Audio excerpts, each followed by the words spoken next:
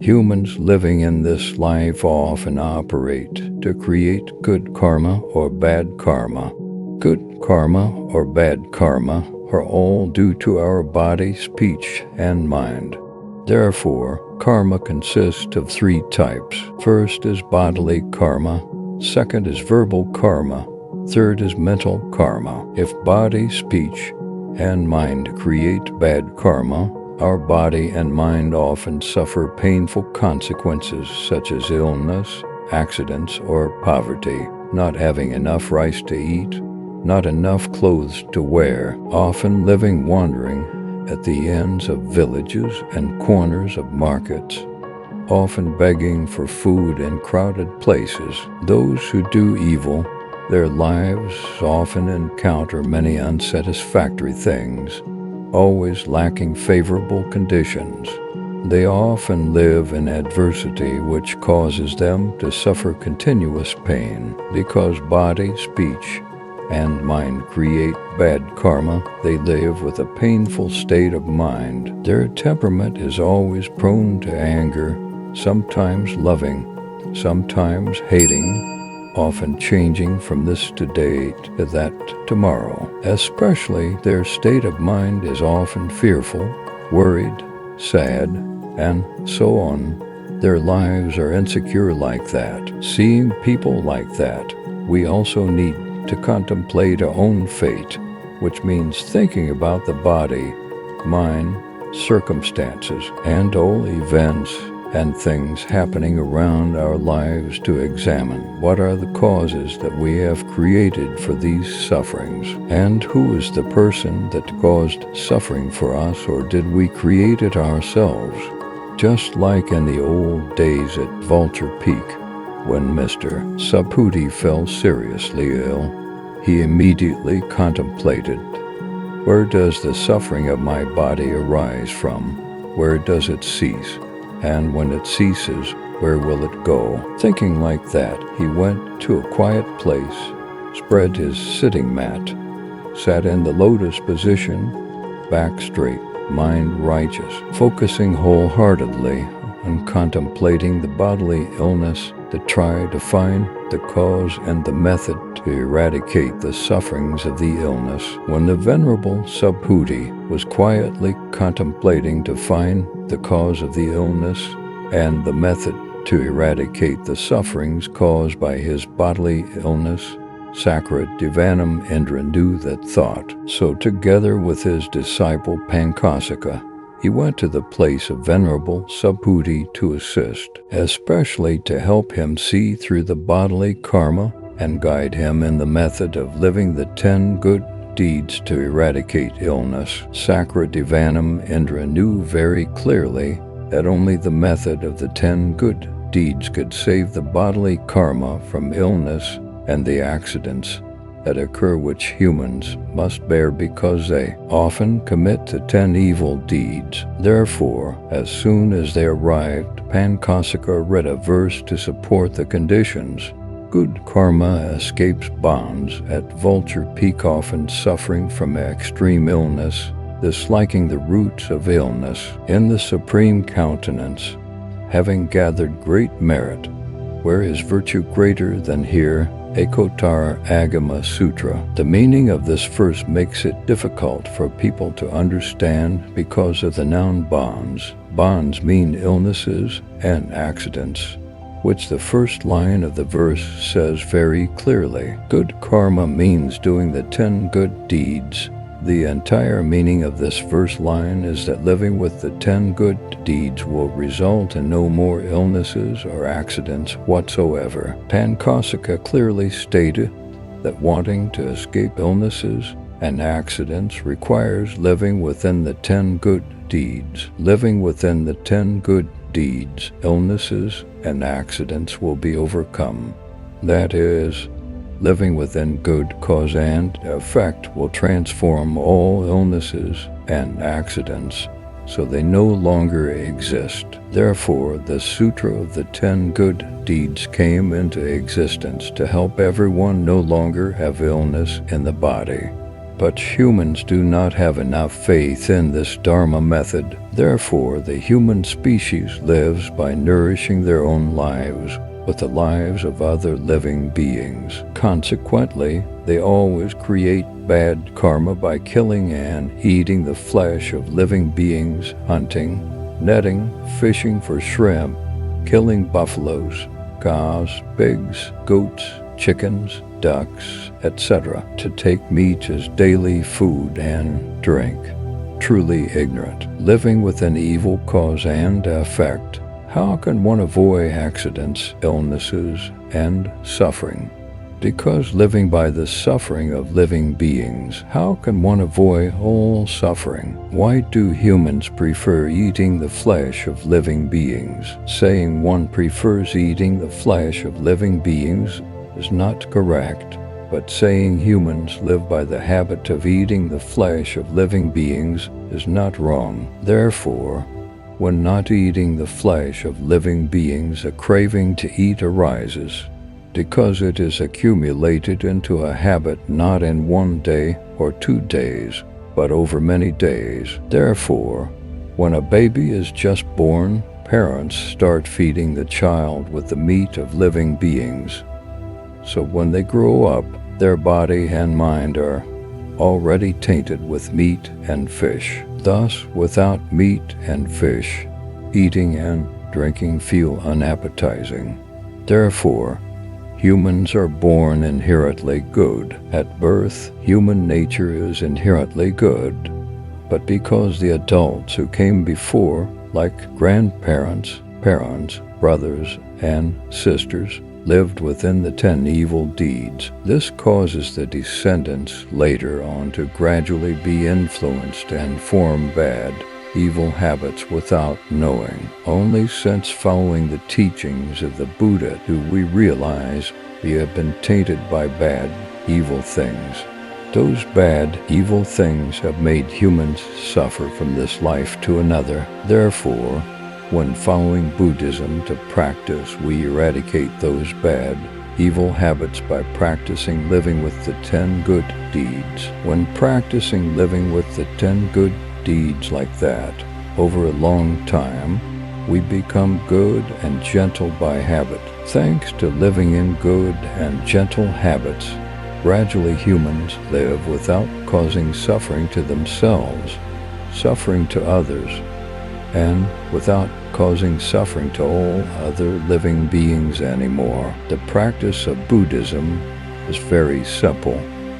We only need to change a bad, evil lifestyle into a gentle lifestyle. When a gentle lifestyle has been realized, one will have peace and happiness, living without suffering anymore. A person living correctly by the 10 good deeds will have no illness, accident, or suffering that can impact their body and mind. The 10 good deeds are truly a miracle, helping humans completely escape suffering. Therefore, we must treasure these 10 good deeds more than all the precious things in this world.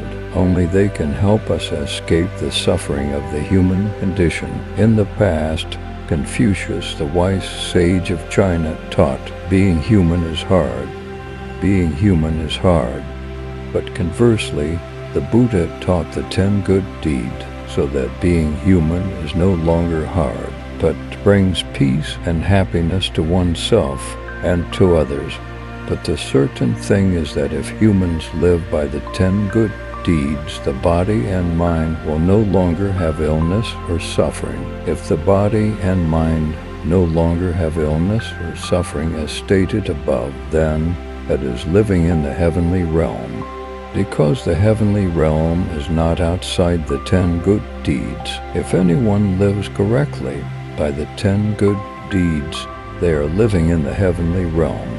Therefore, the heavenly realm is not somewhere far away, but the heavenly realm is within the 10 good deeds. Thus, the heavenly realm does not depart from the worldly realm. Because anyone living within the 10 good deeds is living in peace and happiness. Conversely, anyone living without preserving the 10 good deeds correctly is in the realm of hell. The realm of hell is the 10 evil deeds. Thus, hell is not outside the 10 evil deeds. Heaven or hell is not up in the sky or deep in the earth, but in the hearts of everyone. Because everyone does not know, they live by the blood, bones, and flesh of living beings. Therefore, they must pay the price of suffering. Paying the price of suffering is not brought to them by anyone, but they themselves created the causes and effects of bad karma by killing and eating the flesh of living beings. So they must reap all sufferings in life. Even if they run to any corner of the sky, they cannot avoid the 10 good deeds. Just hearing the first line of the verse, good karma escapes bonds, Venerable Subhuti clearly understood his bodily illness was created by his own bad karma. Venerable Subhuti, he called the teachings of the Buddha in the Sutra of the 10 Good Deeds. Whoever wants to escape bodily illness, not suffer accidents, and prays for the family to be warm and peaceful, children to be filial, husband and wife to be harmonious, living in deep, loving affection, full of happiness, then let them live within the 10 good deeds. This teaching is to clear. Only by living within the 10 good deeds will the family be warm and peaceful, children filial, husband and wife harmonious, full of happiness. This teaching does not deceive people. Only those who are accustomed to living in the 10 evil deeds do not have enough faith. Therefore, they do not live within these 10 good deeds, so they must endure all sufferings that never end. So what are these 10 good deeds?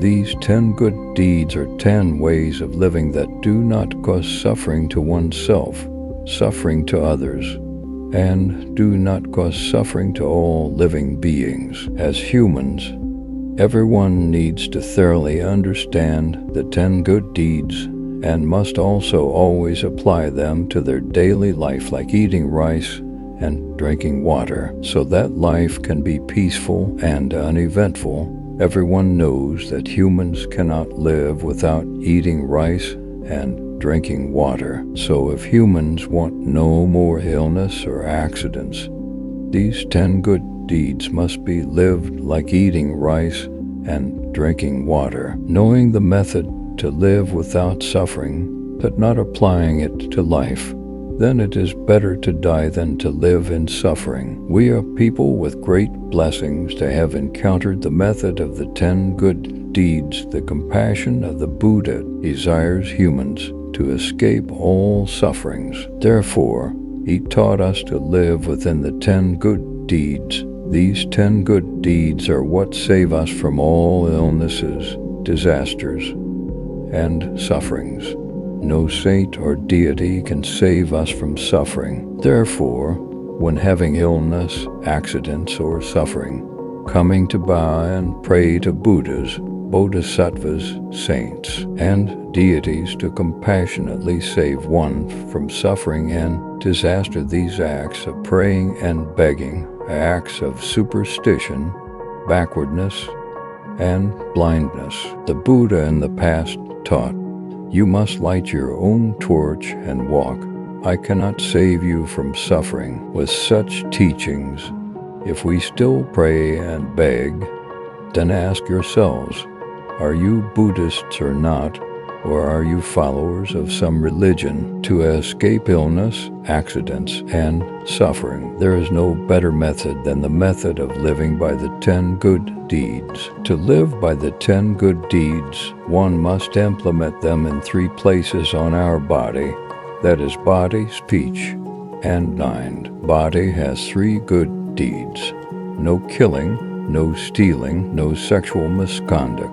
Speech has for good deeds: no lying, no embroidered speech, no flippant speech, speaking with a double tongue, no harsh speech. Mind has 3 good deeds: no greed, no anger, no ignorance. Why does living by the 10 good deeds allow one to escape the illnesses, accidents, and sufferings of the human condition. To answer this question, first, we must examine what these 10 good deeds are, one by one. Good deed 1. Do not kill living beings. People often say, better to be poor and healthy than rich and sick. Every creature born in the universe, there is no animal that does not fear death, fear suffering, and illness. Therefore, sparing a person's life, granting amnesty, sparing an animal, not killing is a great favor. An animal about to be killed that is spared feels an indescribable joy. Most Venerable Thien Ho taught, like when we release a bird about to have its throat cut and feathers plucked, release a fish about to have its fins chopped and scales scraped. The bird gets to live and flies joyfully, just as the fish escaping death swims happily. Thus, not killing living beings, but also releasing living beings is the leading good karma among our 10 good deeds. Everyone loves life and fears death. How could one take the life of an animal? Try putting ourselves in the animal's situation to see if we still have the heart to kill them. Do not use the phrase animals nourish humans to claim that heaven gave birth to animals for us to kill and eat their meat. So if we go into the forest and are eaten by a tiger, is that humans nourish animals? Do not reason in the style of eating the flesh of living beings to make your hands always stained with blood and your soul become cruel. Let's observe and compare. Living beings struggle on the chopping block under the knife while we toss and turn in critical illness, our bodies falling apart and aching. Our pain and the suffering of all species are the same, no different. To not kill living beings, we must restrain and overcome our minds. Do not follow the delicious eating of verbal karma to create sin. Blood spills and meat falls like mountains, like oceans. Let's contemplate the suffering of living beings as our own suffering to avoid killing. Practitioners must also contemplate that eating the flesh of living beings is like eating the flesh of one's own child, because the animal killed today was our grandparent or parent in a previous life. According to the law of cause and effect, killing is the cause of illness, suffering, and disaster. A debt of blood and bones must be paid with blood and bones.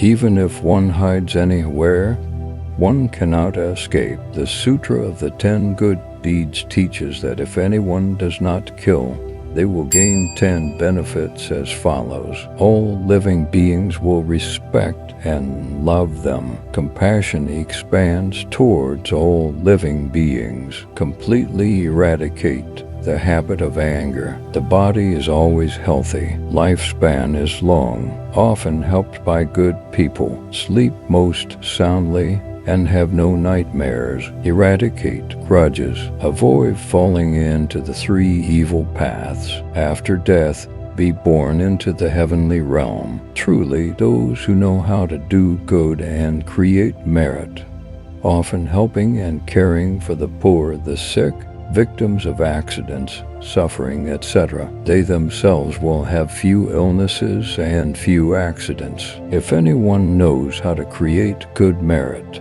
then right in the present life, the body is healthy, the spirit is refreshed, and the soul is always happy. If we see someone who is happy, joyful, and rarely sick, we must understand that this is the result of good causes from previous lives, and this life that they are like that. As a Buddhist receiving 5 precepts or 10 precepts, the precept of not killing living beings always comes first. Not killing any creature is an act of compassion, learning from the compassionate vow of the Bodhisattvas towards all things in the universe. Learning the compassion of the Buddha means not only do we not kill any creature, but we must also practice vegetarianism, not eating the flesh of living beings. The ancients said, "Seeing it alive, one cannot bear to see it die.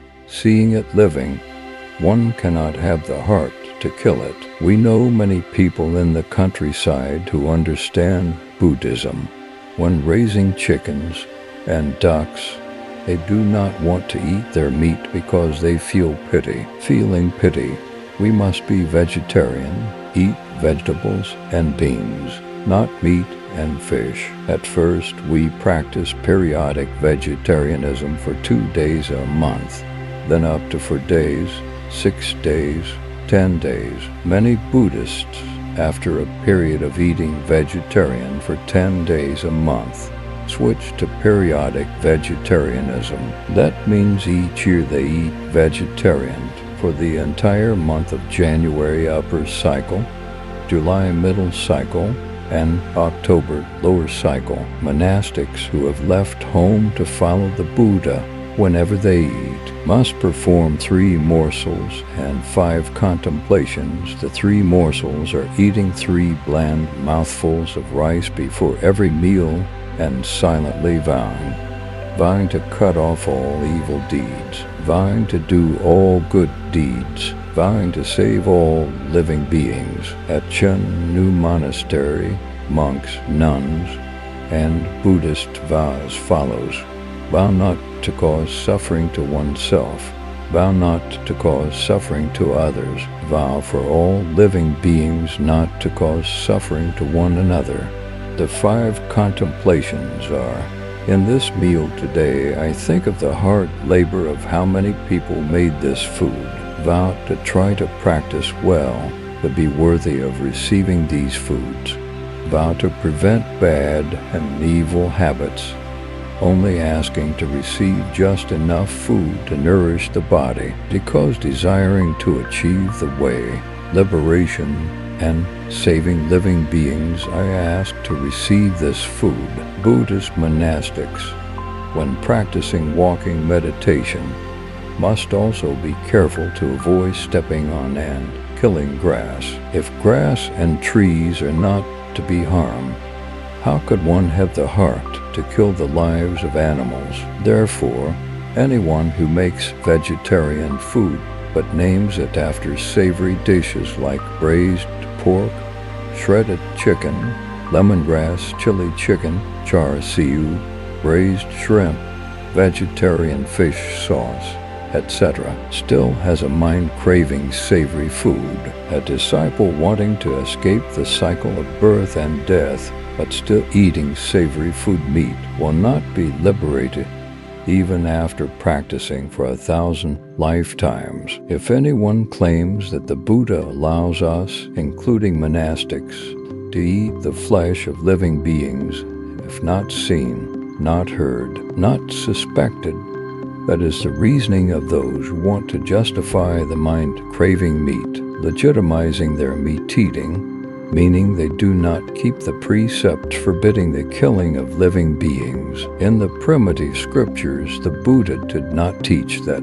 These are truthful words. Buddhists, please remember and practice to gain blessings and have good practice results. In the primitive sutras, the Jivaka Sutta teaches that let people offering food from animals to the Buddha and monks have 5 non-meritorious aspects. So why do let people offer animal food to monks? Is that correct? The Buddha forbade lay disciples in the first precept not to kill living beings. So why do let people kill living beings to offer animal food to monks? Does this contradict and conflict with the Buddha's teaching and prohibitions? In summary, Buddhism is the religion of compassion, loving everyone and every species of living being, including beasts, insects, grass, trees, earth, and stones. A disciple of the Buddha keeping the precept of not killing living beings is preserving the virtue of reverence for life. Imagine if for one day we do not eat meat, how many lives are saved from death? If we have a vegetarian village, Everyone keeps the precept against killing very easily. People keep the precept against killing living beings. Households keep the precept against killing living beings. So how could there be war-causing scenes of bloodshed, broken homes? In the past, on big full moon days at Long Ho Market in Tainan, the region of the Cao Dai religion, nowhere sold meat, which was truly a rare thing. Killing a life must be paid with a life. That is the law of cause and effect.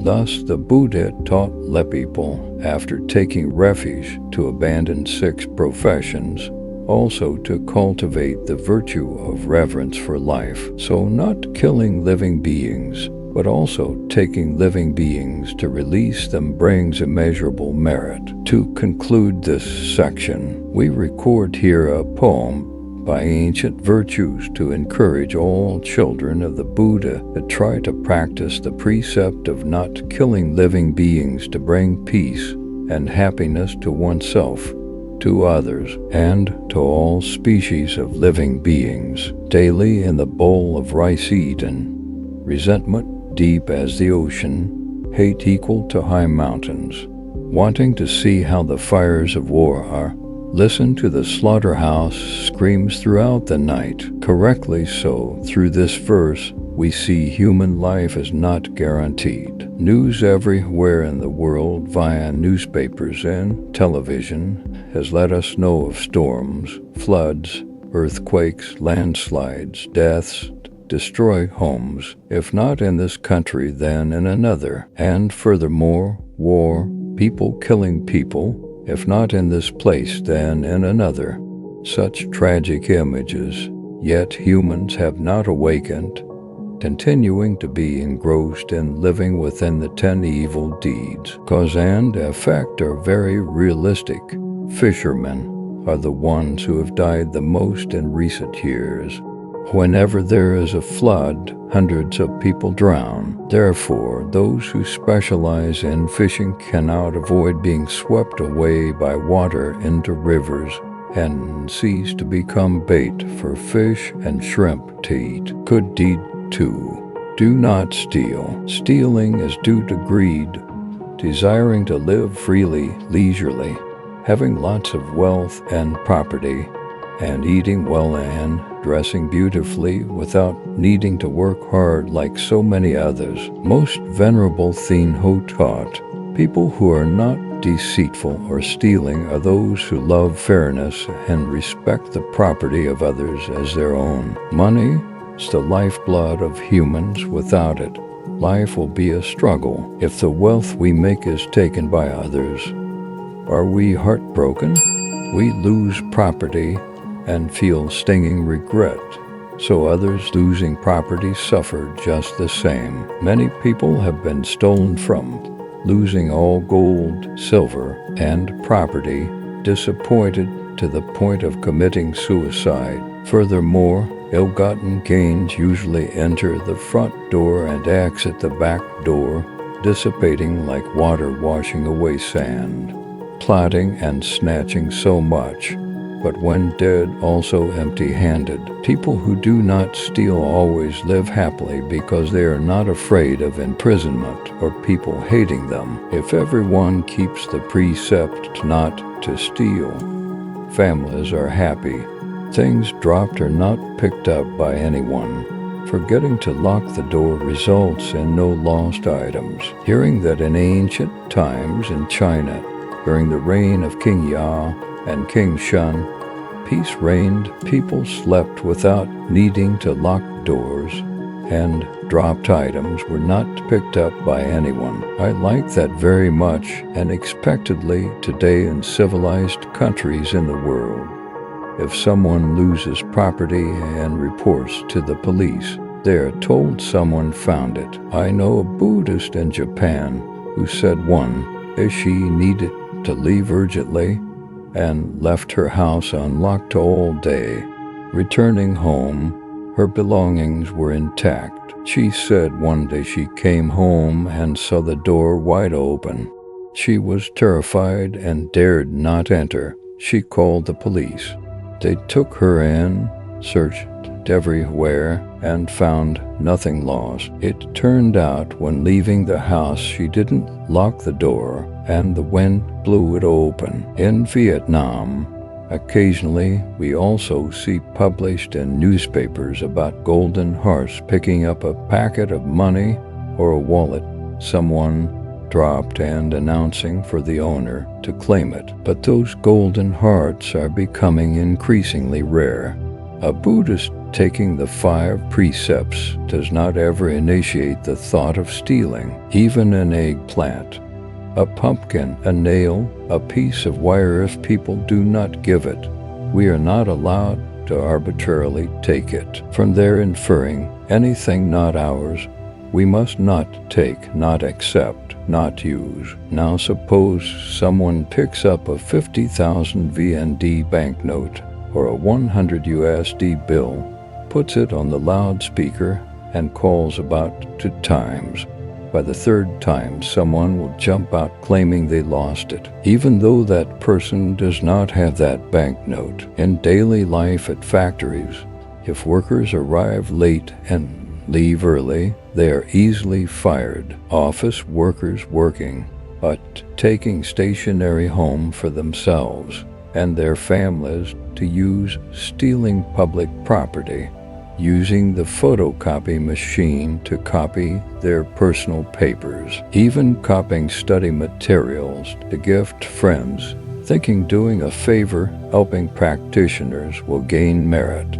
Unexpectedly, that kindness is also stealing public property for private work. Many people come to the office but read newspapers, read novels, listen to music, put on makeup, or go out with friends to coffee shops to chat for hours. All are stealing work time. Being a Buddhist, upholding the 5 precepts or 10 precepts, must remember this. If falling into one of the above, that is violating the 2nd precept, do not steal. The Sutra of the 10 Good Deeds teaches that if one does not steal, but also practices charity, one will gain 10 blessed rewards as follows. Money and wealth are abundant, not seized by kings, mandarins, or bandits, not washed away by floods, burnt by fire, or squandered by children, respected and trusted by many people, not deceived or cheated by anyone. Far and near praise one's upright heart. The heart is peaceful, not fearing any harm. Good reputation spreads far. In crowded places, the heart is not terrified. Money, life, beauty, health, happiness, and eloquence are unobstructed, always willing to give charity to all living beings. After death, be born into the heavenly realm. Truly, doing good gains blessings. It is not that we wish for it, but those blessings still come to us naturally. The Buddha's words teach, giving charity without dwelling on appearances. Merit is like empty space. I have experienced this in my own life as well as in the lives of the people studying with us. Not only do we not covet the property of others, but spending our own sweat and tears money to give charity and make offerings, those people never fall into poverty or hunger. Buddhists working abroad are often easily unemployed because factories do poor business, but sincere Buddhists who often practice charity always encounter luck. They are not laid off, or if they quit one place, they immediately find another place even better than the old one. People who are rich but hoard wealth do not practice charity to help the poor, sick, and suffering, sleep uneasily at night. Having precious wealth in the house, all day they dare not leave the house half a step, fearing servants stealing or burglars prying doors to take things. Sleeping uneasily at night, hearing a noise makes them wake up, constantly fearing robbers. Keeping the precept of not stealing is practicing the mind of letting go. The mind of letting go is leisurely, relaxed, with nothing to worry about. So Buddhists must regularly keep the precept of not stealing and practice charity and letting go. Then body and mind will be at peace, and good blessings will increase. Good deed 3. Do not commit sexual misconduct. All humans born are due to sexual desire. All living beings rely on sexual desire to sustain life. Sexual desire is the cause of birth and death and samsara, a demonic obstacle blocking the path of liberation. Therefore, the Buddha taught, if the lustful heart is not eliminated, one cannot exit the dust of the world. If the lustful mind is not removed, dust cannot be exited. Therefore, wanting liberation without severing lust, practicing for 1,000 kalpas will never lead to liberation. Here, cultivating the 10 good deeds we need to prevent sexual misconduct, not practice ultimately like the transcendental beings. For let people, regarding the physiology of husband and wife, that is proper sexual conduct. But if having sex with another person who is not one's spouse, that is committing the sin of sexual misconduct.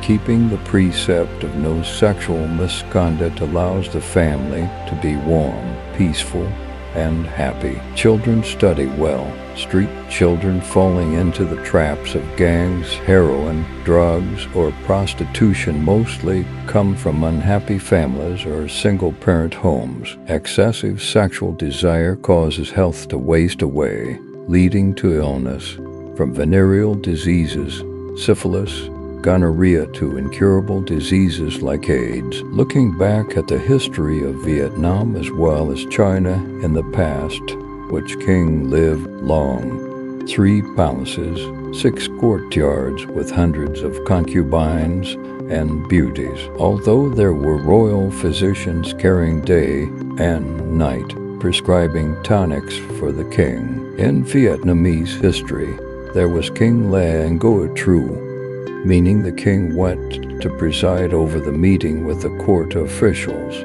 civil and military, but had to lie down because he could not sit up. People keeping the precept of no sexual misconduct are those who know how to respect benevolence and righteousness with their spouse. Ancient East Asian society was very feudal, valuing men over women, allowing husbands the right to have many wives and concubines. Hence the proverb, boys have 5 wives, 7 concubines.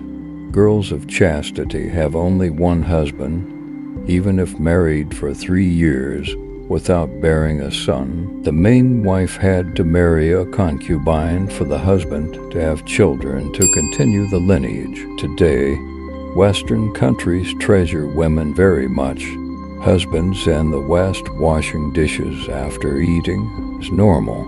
Because both go to work, duties must be divided equally. Mowing the lawn, carrying large trash cans to the street, watering plants, carrying heavy things are still the men's jobs. Women also participate in all fields in society, from taxi drivers, bulldozer drivers to lawyers, doctors, leaders of companies, representatives, senators, prime ministers, queens, even going into space to explore distant stars. Yet in Middle Eastern countries now, people still oppress women with customs forcing women to cover themselves completely when going out so no one sees their faces. Women are also beaten by men in the market, while men are free to have as many wives as they want.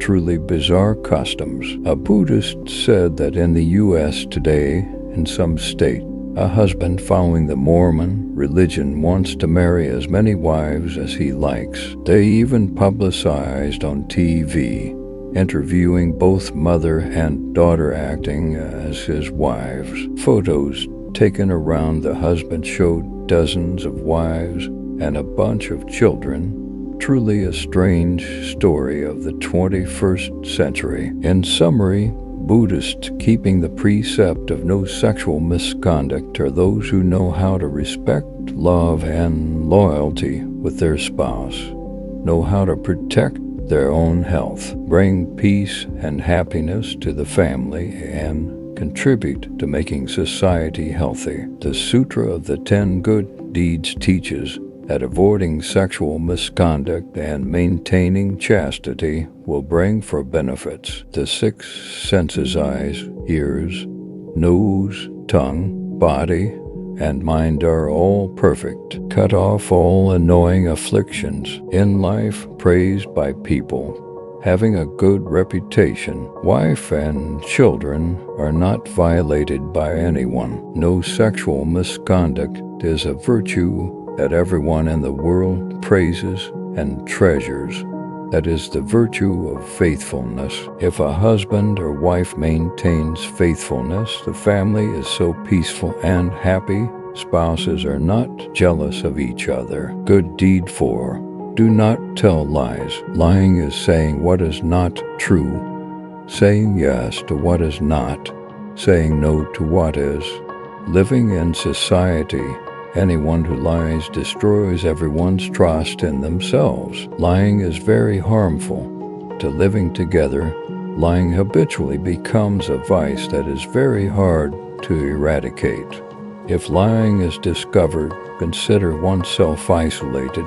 No one wants to be close anymore, meaning lying will cause one's credibility to vanish. Most Venerable Thien Ho taught, people in life, even joking, must not lie, because if lying is discovered later, even if speaking the truth, people will not believe. Especially those cultivating according to Buddhism should not lie even more, because lying claiming one has attained sainthood or enlightenment creates enormous sin, because saying such things violates the sign of great false speech. The sin of great false speech will lead to falling into the 3 evil paths. The Sutra of Unprecedented Cause and Effect tells the story of 5 monks pretending to be enlightened practitioners. They went to a strange land, built a high platform, covered it with flags and parasols.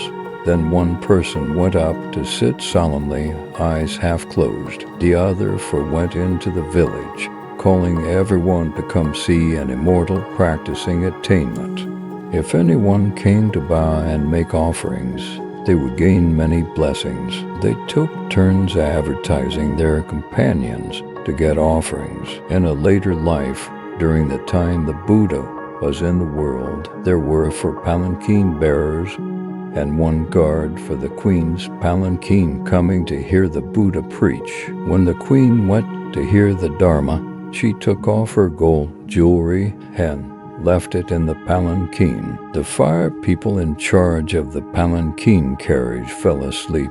A thief came and stole all the queen's jewelry. Soldiers tortured and beat them ruthlessly. She came to ask the Buddha what cause and condition led to such a story. The Buddha replied, "Those 5 men in a previous life were the 5 fake monks, and you were a devout laywoman, wholeheartedly revering and making offerings to them. Now they must serve as palanquin soldiers for you to pay the past debt." Hearing this, the queen was extremely terrified, afraid of bearing sin regarding the teachers, so she ordered them released from palanquin duty. But they cried, knelt, and begged, "Please, Your Highness, have mercy and let us continue to serve Your Highness. We promise from now on to be careful, never daring to oversleep like that again." The queen asked the Buddha, and the world-honored one replied, "Their karmic retribution debt is not yet paid, so how can they leave easily? People lying to save a person or animal do not commit a sin." The scriptures tell the story of the Buddhas past life as a monk meditating in the forest. When the king and soldiers were hunting and chasing a deer to where the Buddha was, they lost the trail. They asked the monk, "Did you see which direction the deer ran?" The monk remained silent and did not speak. The soldiers got angry, shouted, and dragged the monk before the king. The king repeated the question, and the monk replied, "Your Majesty, I am a practitioner upholding precepts, so I cannot lie and also cannot kill living beings. If I say I didn't see, I am lying and committing the crime of deceiving the king. If I tell the truth so your Majesty kills the deer, I violate the precept of killing living beings. Please, your Majesty, forgive me and allow me to be exempt from answering this question. If your Majesty condemns me, I am ready to die rather than answer your Majesty." In Vietnamese history, during the reign of King Quang Trung, when soldiers hunted Lord Nguyen Han, he ran into a temple asking the monk to save his life. The temple was poor and very simple. The monk had to take one of the 3 Buddha statues down to the ground and told Nguyen Han to sit on the altar replacing that Buddha statue. When the soldiers arrived, Han asked, "Did you see anyone running into the temple just now?" The monk calmly replied, "Dhammatapa Buddha. I was busy chanting and reciting the Buddha's name, so I did not hear or see anyone. After searching for a while and seeing no one, they left." The monk lied to save a human life who later became King Gelong, which is also considered not committing a sin. The Sutra of the 10 Good Deeds teaches that a person who does not lie gain 8 benefits as follows: respected by the world. Whatever is said is reasonable, respected and loved by humans and gods. The mouth is always clean and fragrant. Speaking emits a fragrance like the atpala flower. Always use gentle words to comfort living beings. Enjoy pleasures as wished, and the 3 karmas are all pure. Words are not sad or angry, but show joy. Words are respectful and obeyed by humans and gods. Superior wisdom unmatched by anyone. In summary, as Buddhists, we must not lie. Regarding lying, it makes us lose to virtues, credibility, and honesty. Seeing that, we know lying is a very great harm to oneself. Therefore, even if we die, we never lie. Speaking the truth is best. When a precept is taught by the Buddha not to lie, it is very important for the life of a practitioner. Therefore, we always remember this teaching to never lie. In the past, when the Buddha taught Rahula to take a basin of water for the Buddha to wash his feet, Rahula obeyed the Buddha's teaching and brought in a basin of clean water. After the Buddha finished washing his feet, he immediately asked Rahula, "Can this foot-washing water be used for drinking?" Rahula replied, "Respectfully, world-honored one, this foot-washing water cannot be used to drink." The Buddha taught, "A person who lies is also like foot-washing water, cannot be used to drink." The Buddha taught further, "Rahula, take the basin of water and pour it out." Rahula followed the Buddha's teaching and brought the basin in. The Buddha asked, "Can this basin be used to hold rice for eating?" Rahula replied, "World-honored one, this basin cannot be used to hold rice for eating." The Buddha taught, "A person who lies is also like the basin holding foot-washing water, cannot be used. Therefore, a person violating the precept of lying will never cultivate to attain the way." The precepts of the Buddha are very important in practice. Practice means not deceiving people. Good Deed 5. Do not use embroidered speech. People in life often polish their words when recounting a story, wanting to create attention from others and increase the attractiveness of the story. People often add fish sauce and salt embellish. For example, recounting a fishing trip. Yesterday I caught a snakehead fish weighing nearly 1 kilogram. In reality, that person caught a snakehead fish weighing nearly 5 kg. Or a story of a husband beating his wife. That inhumane guy, he took a heavy log and beat his wife.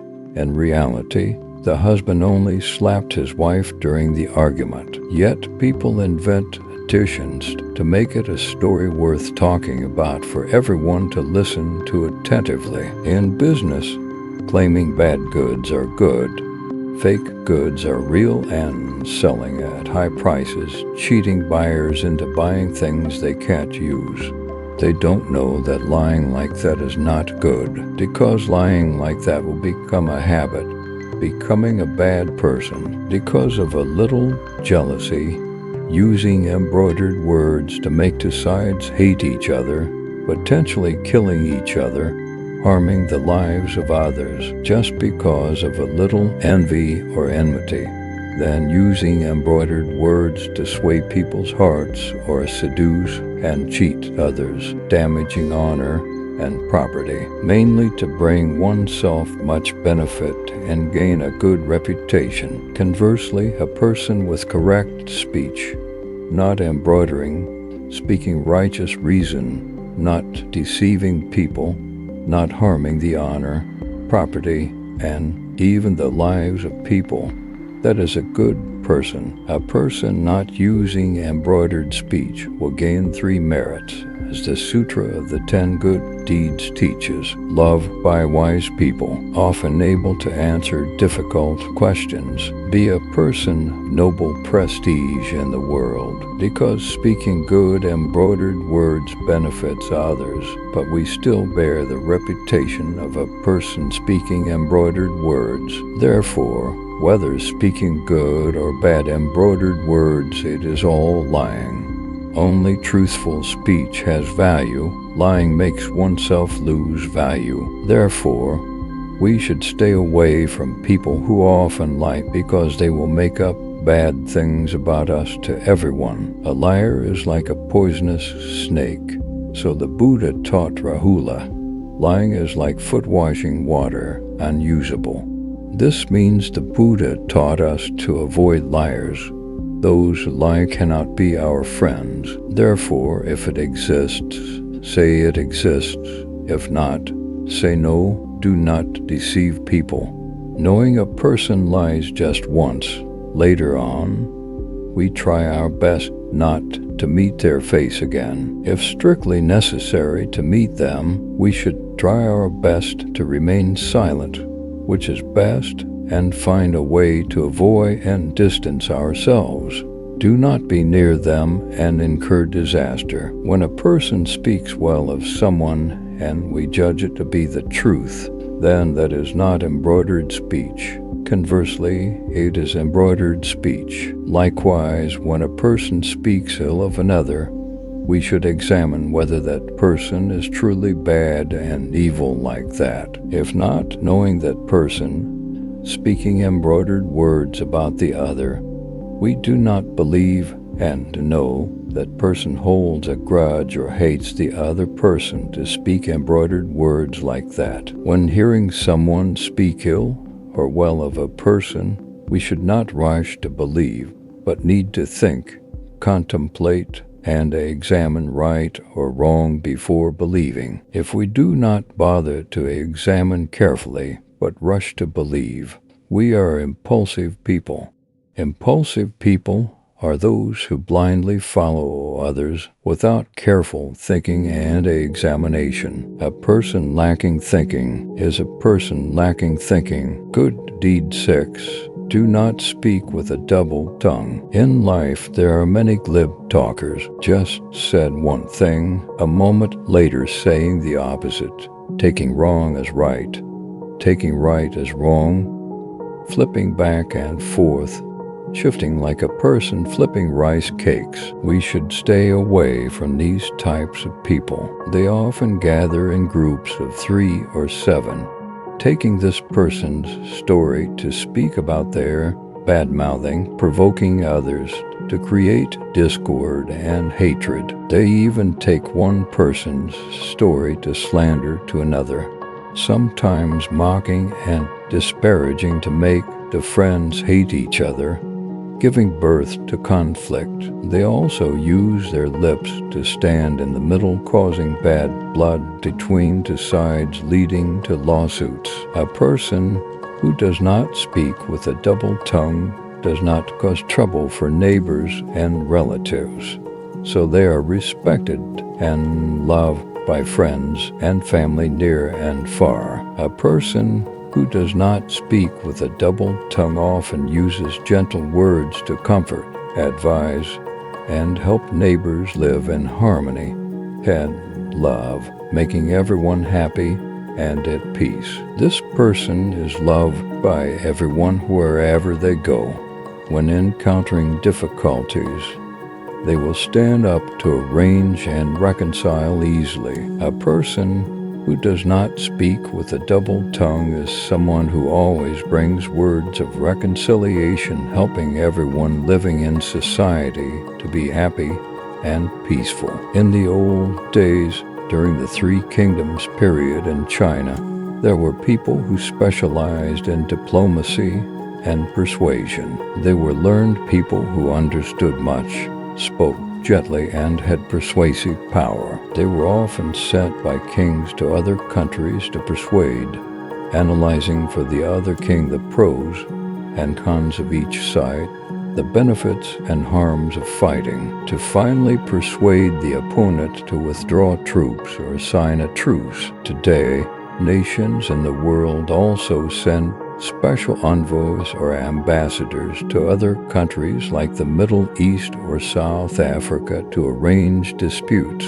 All those actions are due to the talent of people with the ability to speak skillfully. The Sutra of the 10 Good Deeds teaches, whoever speaks words of reconciliation will gain 5 indestructible benefits. Gain an indestructible body, because the cause is oneself never intending to harm others. Be born as a child and a noble lineage, because the cause is oneself not causing division among others' relatives. Gain indestructible faith, because the cause is complying with one's previous karma. Gain indestructible practice of Dharma, because the cause is one's practice is very solid. Gain indestructible good spiritual friends, because the cause is oneself not deceiving people. So lay Buddhists must maintain the precept of not speaking with a double tongue and often practice the virtue of speaking gentle, harmonious words to gain great merit. Not speaking with a double tongue means not lying by flipping events, taking right as wrong, taking wrong as right. Therefore, double-tongued speech belongs to those with many mouths, many lips, often speaking back and forth. These people we should avoid and not stay close to. They are untrustworthy people. Big tasks should not be entrusted to them. They are greedily dishonest people, hard to measure. If living near a person who often speaks with a double tongue, one should move elsewhere. Do not stay near. Sooner or later there will be unrest. Therefore, people who lie, people who use embroidered speech, and people who speak with a double tongue, we should not make friends with these people. We should usually live away from them, because they will harm us in one way or another. Good Deed 7. Do not speak harsh words. Speaking harsh words is speaking evil to others, calling people fierce, spreading rumors about people, always digging up people's bad deeds. People who speak harsh words are those with grumpy, rude temperaments, often scolding, cursing, or swearing speaking toxic words that make everyone who hears them fearful. With such a temperament, they are people who do not know how to correct mistakes, so the habit stays with the character. They do not know shame, only knowing how to oppress others, making everyone submit and be under their hand. They say do it, then do it, no posing allowed. They find every way to destroy those superior to them. According to the law of cause and effect, whoever uses cruel speech and swearing is harming themselves without knowing. Speaking like that makes people afraid and admire. For example, if I lie, may I die. Whoever lies about me, may heaven strike them dead. If I said that, going out on the street, may a car run me over. Above are the oaths that fierce people often say. People who do not speak harsh words are those who know how to use loving speech, sweet, gentle, soothing words. So the Vietnamese proverb says, sweet talk penetrates to the bone, or words cost no money to buy. Choose words to speak to please one another. People who do not speak harsh words are those who often speak calmly, politely, containing a soul full of benevolence, forgiveness, and tolerance. The Sutra of the 10 Good Deeds teaches that whoever does not speak fierce words will gain 8 merits. Do not speak contrary to the Dharma. Whatever is said is beneficial. Whatever is said is true to the truth. Whatever is said is skillful. Saying anything, everyone obeys. Whatever word is uttered is trusted by people. Saying anything, no one criticizes. Whatever is said is loved. Speaking harsh words belongs to the fierce people. Gentle people never speak harsh words. Therefore, when we interact with people, the person speaking harsh words is easiest to recognize. Just a moment, and the arrogant speech, appearing self-important, makes no one like them. Harsh words have many types: scolding words, swearing oaths, bad-mouthing others, criticizing others, vulgar speech, stabbing, provocative speech, cursing, lying, embroidered speech, shifting, double-tongued speech, bullying, shouting speech, slanderous speech, flattering speech. Good deed 8. Do not be greedy. The root of birth, death, and samsara is desire, which is greed.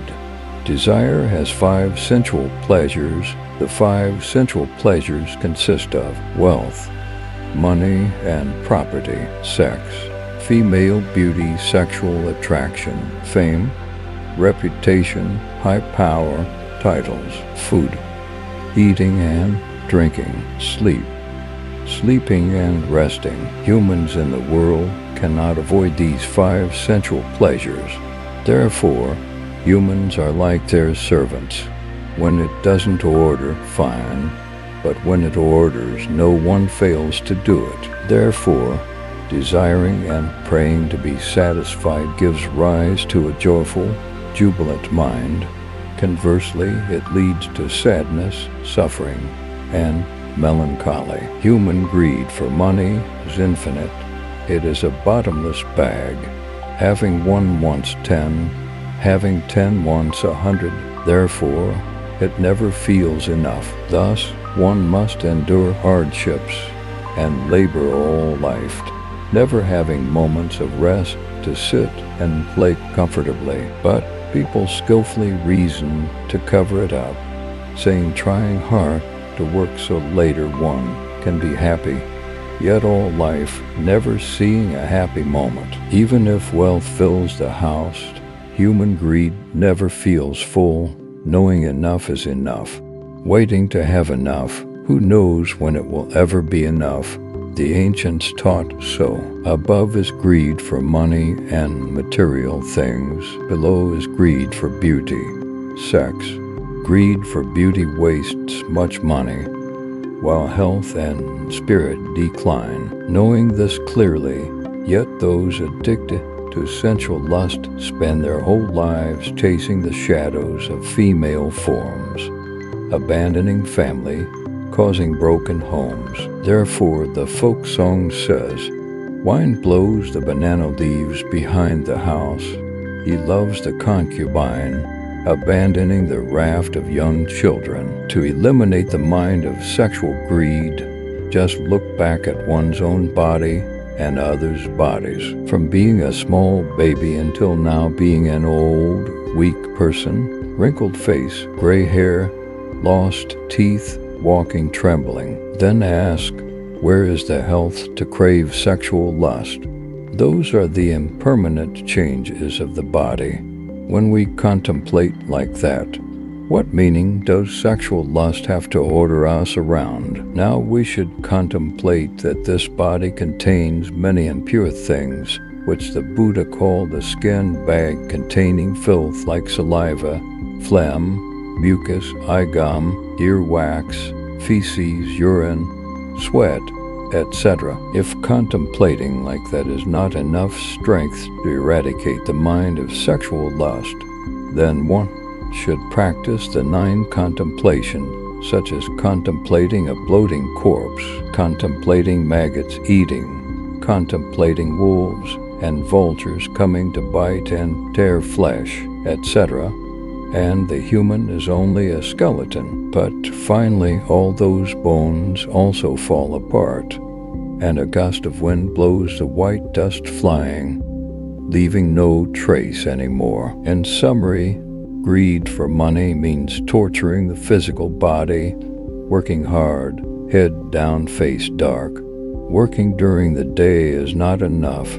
Rushing to work at night, sometimes working through weekends, especially those in commerce, eating not well, sleeping not peacefully, thinking and calculating all sorts of things, afraid people will snatch their profit. Many people get holidays and leave, but still carry phones with them for convenient contact, meaning there is never a day of peaceful rest. A person who does not desire much money or property, someone of few desires and contentment, thus being leisurely and relaxed. The more needs a person has for life, the more miserable the physical body. A practitioner eats simply, not demanding good or bad, only eating to live once a day, is serene, peaceful, and unconcerned. As a human wanting to be leisurely and serene, one should practice eating whatever is available, as long as eating to live is fine, and sleeping anywhere is fine. No need to be in a high house with wide doors full of amenities or eat at restaurants. Genuine Buddhist monks in the past only had 3 robes and 1 bowl, going begging for food, eating whatever was given, sleeping under a tree and moving from here to there, never staying in one place forever. That is to avoid attachment to where one lives. Greed for fame, high power, and heavy titles requires bending down and bowing, bribing, and giving payoffs, while still constantly fearing one day someone else will come and take one's seat of office. Our proverb has a saying, the higher the fame, the thicker the hardship. A disciple of the Buddha does not care for high power or heavy titles, is not proud when becoming a state preceptor or holding a key position in the church, and does not wait for the day to be ordained as most venerable or senior venerable. A layperson who is too busy has no time to care for themselves. So where is the time to play with family, wife, and children? For such a person, practicing is an extremely difficult thing. A Buddhist came to complain to the abbot, "Master, I really want to practice. I see the atmosphere at the temple is solemn and pure. I like it very much, but business makes me unable to leave even for a day. Letting go means work will stall. I will try to arrange. In a few years, I might train some core staff, greed for eating and drinking delicious and strange items like snakes, turtles, soft-shelled turtles, monitor lizards, torturing the body, causing the body to contract incurable diseases. Newspapers have reported news of many people eating fish and getting poisoned. Many restaurants in the world occasionally I see food carrying diseases causing mass poisoning of diners who must be rushed to the hospital. Those who are gluttonous will suffer indigestion, food poisoning, forcing the stomach, liver, and kidneys to work too much without rest, easily contracting digestive, kidney, and cardiovascular diseases. Let people, even if not vegetarian for life, should try to keep a number of fixed vegetarian days in the month. Being vegetarian not only expresses love for animals, but also has practical benefits for oneself. Plant food is easier to digest than animal food. That is not to mention that the meat of animals, including fish, carries pathogens. Before being killed, animals are in pain and suffering, harboring resentment. If we eat their meat, our bodies are also affected. Greed for sleep, sleeping much, sleeping early, waking late, the body becomes lazy, giving rise to obesity. Sleeping much makes wisdom dark. The human becomes lazy. Having little self-control, the will seems non-existent. Such a person gradually becomes a parasite on society, just like mistletoe. To defeat the desire for worldly pleasures, one must have the power of thorough contemplation and clear wisdom, a hope to achieve the virtue of few desires. Thanks to that, we can live a self-sufficient, simple, elegant, and leisurely life, clearly conscious of the harm of the mind of pleasure and the practical benefit of the mind of leaving desire. Leaving unwholesome dharmas is the path leading to the first jhana. We must use all courageous will to overcome the mind greedy for pleasure and master the circumstances and objects full of tempting traps surrounding us.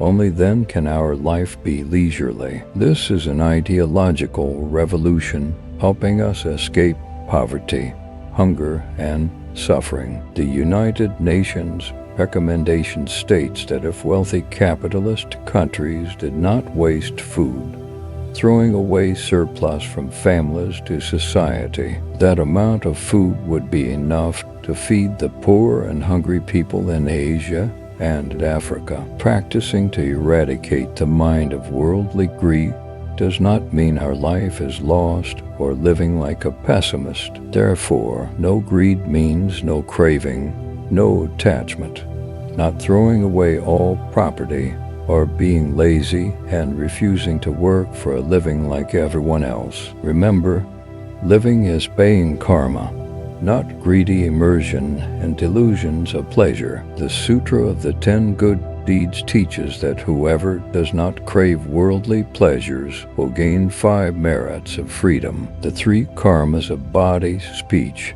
and mind are free because the senses are complete. Wealth is free because all enemies cannot harm it. Blessings and virtues are free because whatever the mind wants is achieved. The royal position is free because precious things are offered by people. Enjoying benefits 100 times, but one planned because in previous lives one did not have a stingy heart. A disciple of the Buddha not only abandons the vice of greed, but also practices the virtue of charity. Charity is the virtue of letting go, not hoarding wealth, but sharing with the poor and unfortunate, not caring for fame and wealth, not bothering to compete for fame and profit, constantly living with a mind of letting go. The mind is leisurely, strolling peacefully, sleep is peaceful, few illnesses, few sufferings. People with much property wealth, and fame will be very tired and will walk slower, and those with little property on the journey to the Buddha land, that is, liberation from birth, death, and samsara. Good deed 9. Do not be angry. Those cultivating according to Buddhism must practice at all costs a mind without resentment. Standing before objects, we must try to avoid letting any event or matter cause a dispute of evil dharmas causing us to be angry. When encountering a situation prone to anger, one must always keep a normal facial expression, meaning if the face is happy, but meeting something against one's will suddenly changes to frowning and red. That is not a practitioner. A person cultivating the 10 good deeds always keeps a gentle character, not letting a fierce fit arise. The sutra teaches, one thought of anger arises, 100,000 doors of obstacles open, or restrain the angry mind for just 1 second, to avoid fear for 100 days, or a torch of anger burns up a whole forest of merit. If unable to restrain the anger, we may speak or act carelessly, and when calm, we will feel ashamed and extremely regretful. From a small, unimportant matter or misunderstanding, people can turn it into a big matter, like a couple who are fellow practitioners in a study group at the temple. Seeing the husband appearing to welcome a friend in the group, the wife gets jealous. Thus, the couple argues, turning it into a big matter, and after that they stop practicing, stop going to the temple, stop following the chanting group. If the teacher and friends do not intervene, they might remove the Buddha altar in the house. That is not to mention many cases where anger arises. People can commit suicide or commit murder, creating a scene of life imprisonment. Therefore, practitioners must realize anger is a great disaster. It loses the appearance of a practitioner and loses the benevolence of a layperson. We must use all courageous will to conquer the fits of anger rising, rushing like a waterfall, to completely master the spirit, not letting a moment of anger exist. One must use wisdom to contemplate thoroughly the source of the object, to block them from the outside. Usually, people advise us, when angry, to go drink a glass of water and it will pass.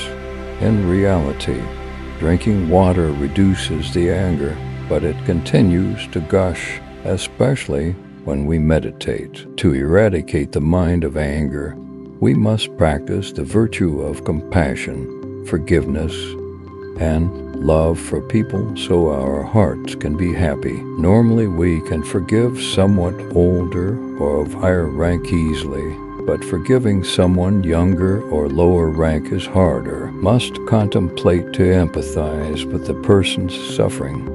Perhaps because he has something sad, he spoke those unkind words, or she misunderstood my intention, so she uttered such impolite words. Must put oneself in the person's situation to see how we would react. To eradicate the angry mind, a Zen master taught, contemplate emptiness. This body is empty. Words are like a passing breeze. What is there to be sad or angry about? Admittedly, it is not easy to consider it empty. Another Zen master taught practicing meditation contemplation while angry as follows. Breathing in, I know I am angry. Breathing out, I know the anger is still in me. Or recite silently a verse in the mind. Each line is a breath in and out. This method also helps us feel lighter, and the intensity of the anger will decrease immediately. Actually, to eradicate anger in the mind, we must practice eradicating the self. Clinging to the self leads to anger. He is younger, join the practice after me. Yet every time chanting, he stands in front of me. Furthermore, chanting he shouts loudly, drowning out others' voices, and contemplate compassion. People do not know how to practice, so they speak or act without thinking like that. But I understand the Dharma, have practiced for many years. Surely I shouldn't be like that. What is there to be angry about? I vow to forgive the person. If observing carefully, one will see one also has fault in part. During anger, exchanging words, who does not slip and speak harsh words, making the other suffer? Let us apologize to that person, and all knots will be untied. Both feel light and happy. Remember only to accept one's own fault, not mentioning the other's fault, only seeing one's own fault, not yet seeing the other's fault. Then one's own fault is near. Remember to practice, to have enough courage and the sincerity to speak the words of apology. Speaking the apology coming from the bottom of one's heart, just like when we sincerely repent before the Buddha. It is like boiling water poured onto snow. Accumulated resentment will melt away immediately. The Sutra of the 10 Good Deeds teaches that whoever masters the angry mind will gain 8 merits: mind free of annoyance, mind free of anger, mind free of contention, competition. Mind is gentle and upright. Mind is compassionate like the Buddha. Mind often benefits and comforts living beings. Physical appearance is dignified, respected by everyone, having the virtue of gentleness and patience, later born into the Brahma heaven. Good deed 10. Do not be ignorant. Deluded. A person who is not ignorant is one who knows how to judge clearly, assess clearly and correctly, does not justify or cover up their own confusion and ignorance, and does not cling to their subjective knowledge. Furthermore, that person is clear-sighted, not believing in unreasonable evil theories, meaning that person is not ignorant, blind, superstitious, backward. A person who is not ignorant is one with intelligence, understanding the theory of cause and effect and reincarnation, so never create evil sins and always has very good behaviors, often practicing the 10 good deeds and ready to bring compassion to everyone. That person often contemplates all existence, finding clearly the source of ignorance, breaking the thoughts of attachment, clinging, diligently stepping forward every day on the path of liberating their inner mind. A person with an awakened mind is a person not ignorant. Highly awakened, the mind becomes calm and concentrated. To gain an awakened mind, first, one must break torpor and lethargy. Torpor and lethargy and the neutral state are states of mind that are dim or sleepy or remembering nothing and knowing nothing. This is a common condition of meditators. If not awakened, the practitioner will be sleepy, not off, and fall into a dim state knowing nothing. Some meditators, after a period of practice, fall into this state and think they have entered samadhi. How can one enter samadhi when the human still has enough greed, anger, and ignorance, and does not keep precepts strictly? The Buddha taught the path of cultivation must go through practicing the threefold training: precepts, samadhi, wisdom. Thanks to strict precepts preventing evil, eradicating evil dharmas, generating good, increasing good, the practitioner leaves desire and unwholesome dharmas to enter the first jhana. From precepts arises samadhi, from samadhi arises wisdom. That is what the ancients taught. Greed, anger, ignorance, karmic obstacles not spared. Why hoard pickles and vegetables? Besides torpor and lethargy, meditators must also avoid restlessness.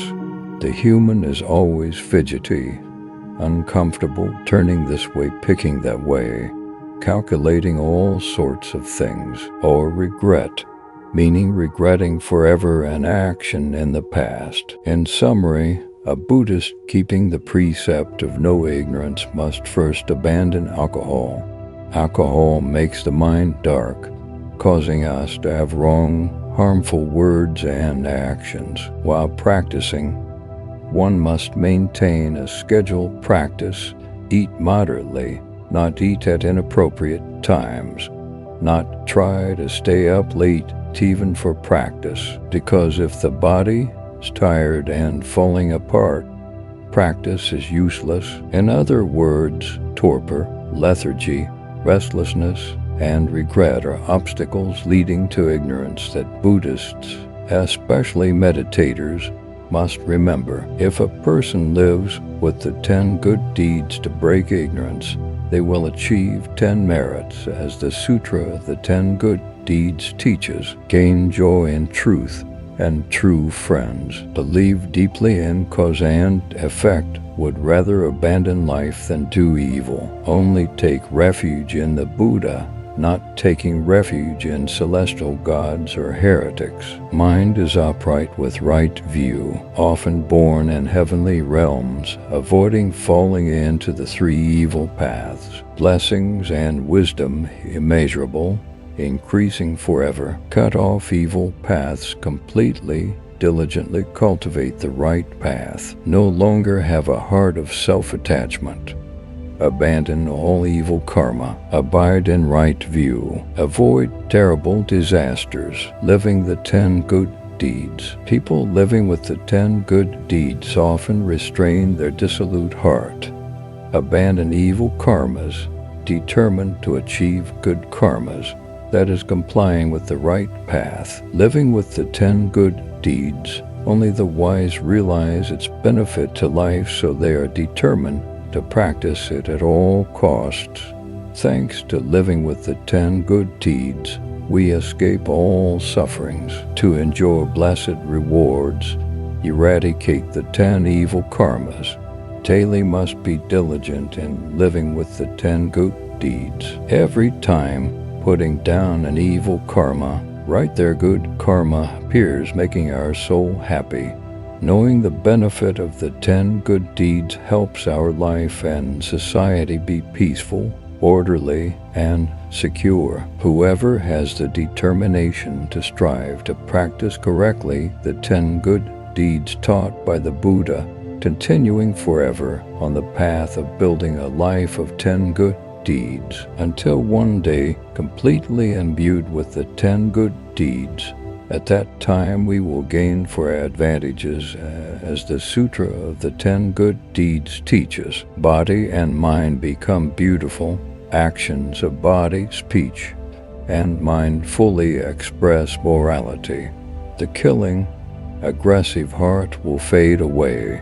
The heart of compassion and philanthropy appears clearly towards humans and animals. All are pitied equally, often repaying resentment with kindness. Therefore, enmity will become gratitude and love. When the mind is no longer angry in any circumstance, however infuriating, no sign of anger or enmity is revealed. Must know this is the practice of patience to transform a fierce situation into a gentle one.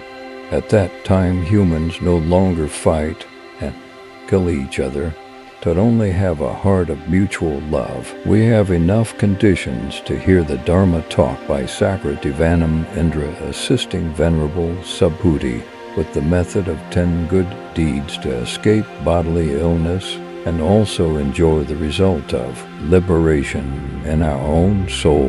When the practitioner is determined to realize the 10 good deeds, they will certainly be born in a wealthy, moral place and enjoy full blessed bliss. Conversely, if anyone does not live with the 10 good deeds but expects to go to the Buddha land, they will certainly never get there, because the Buddhas of the 10 directions and 3 times and the saints and sages who escaped the cycle of birth and death, proving supreme Bodhi, all had to live with the 10 good deeds. So consider the 10 good deeds as the foundation for one's cultivation. The 10 good deeds have the function of helping us prevent cruel behaviors.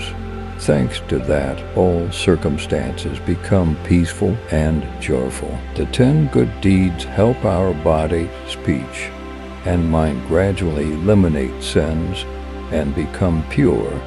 Due to a pure soul, humans escape birth and death, and life becomes completely happy in all scenes, whether favorable or adverse, completely unobstructed.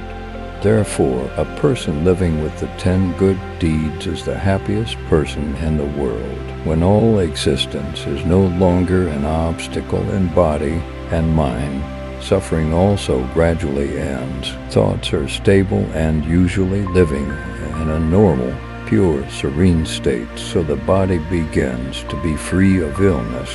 The mind is always refreshed and peaceful, life full of happiness. That is thanks to living with the 10 good deeds, creating clear blessings. Living with the 10 good deeds is the cause of avoiding falling into the 3 miserable paths and always enjoying happiness in the Saha world. If anyone can advance deeper than these 10 good deeds, they will enter eternal nirvana. Due to the benefit of this method, we sincerely advise everyone practicing Buddhism to first live with the 10 good deeds. It is the basic root of liberation in Buddhism, because the 10 good deeds are a method helping everyone from the very beginning of knowing how to practice Buddhism. But it achieves results of liberation that are very great. If anyone takes the trouble to practice this method daily, surely they will be liberated from the suffering soul of the world, merging themselves in good dharmas. At that time, Pankosaka tuned his lute strings, came before Venerable Subhuti, used song and lute sound to speak of the cultivation means of the realm of Sakra Divanam Indra. Bonds often do not kill. Thoughts not disordered, then dust and dirt surely cease. Hope to soon from heaven awaken the mind, cross the stream of existence, subdue demons, save various kalpas, merit like the great ocean. Hope to quickly rise from samadhi eyes like lotus flowers, all existence usually not clinging, not returning makes returning. Samadhi not in time, then rise. For rivers of non-action skillfully understand no old age or sickness. Here escape the disaster of conditioned existence. Boeing hoping the Venerable teaches early 500 gods above, the Lord Indra personally comes, wanting to see the holy countenance, understanding emptiness. Please quickly teach. Through the above verse, the advice of Sakra Divanam Indra teaches us to eradicate killing. Thanks to not killing, the bonds will end. Bonds ending means the mind is not disordered, and dust and dirt all cease.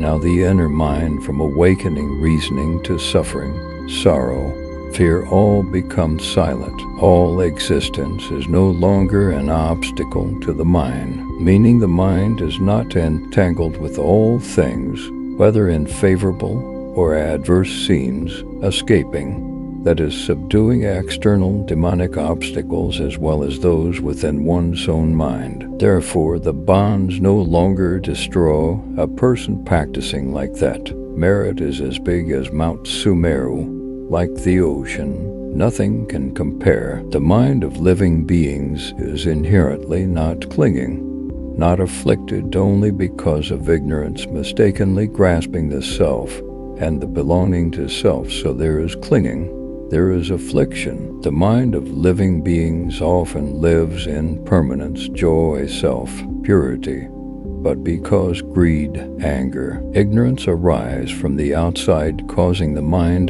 to lose normality because it is conditioning on the six dusts. Wanting to master old age and sickness requires keeping the mind happy. Do not let afflictions intrude, thanks to trying to preserve. That is, living with the 10 good deeds, the body will gradually have fewer illnesses. So the Ekotar Agama Sutra teaches escaping the disaster of conditioned existence, meaning thoughts are no longer influenced by worldly material things. Life is no longer a slave to material things. When finishing listening to the song and music of Pankosika, Venerable Subhuti raised his voice in praise. Song and lute sound harmonize with each other, not different. The singing voice does not leave the lute sound, and the lute sound does not leave the singing voice. Living with the 10 good deeds, our body and mind must completely harmonize with all objects, meaning we must accord with all living beings. Must understand living beings are our body and mind. Our body and mind are living beings. Living with the 10 good deeds, we must realize the penetration, integration with all existence is a paramount task of contemplative practice. If the practitioner cannot integrate, then the manifestation of living with the 10 good deeds only has a 1/5 result and cannot achieve the result as desired. The Ekotar Agama Sutra teaches, good, Pankosika. Now you use singing voice and lute sound harmonizing. Lute and song not different. Lute sound does not leave singing voice. Singing voice does not leave lute sound. Two things harmonizing with each other make excellent sound. Wanting to liberate the soul from suffering and sorrow, the practitioner must clearly perceive the 10 good deeds and integration are one, meaning must accord with the object to solve one's psychology very subtly and extraordinarily. That is a miraculous and necessary method for those wanting to enjoy true happiness in this world. The 10 good deeds are the method of integrating all existence with one's mind. Thanks to this method, natural things in the universe accord with each other, live together, perfecting the liberation in one's soul. Manifesting like that, all existence is no longer an obstacle. It is one's mind. One's mind is all existence. The 10 good deeds are one's mind. One's mind is the 10 good deeds. Here we must understand the 10 good deeds, one's mind, and all existence are all the definition and function of one universal nature. So from motion to stillness, from silence to shining, all are the source of liberation in the mutual benevolence of every living being. Someone asked, living the 10 good deeds, how does one know the body is no longer sick? Answer, as we know, having a body means having karma. Bodily karma requires eating and drinking to live. Having bodily karma means having birth, death, old age, weakness, sickness, pain. So anyone with a body knows this very clearly. The fundamental karma of the body often occurs in 3 times: past, present, future. Due to thought activity acting strongly, creating that bodily karma. Mind not clear-sighted means ignorance, creating conditions coming together so there is a body. Because of ignorance, all living beings bear bodily karma. Bodily karma is a material symbol bearing many types of illness. Mind is the spiritual part, also influenced by the body, clinging to having a body.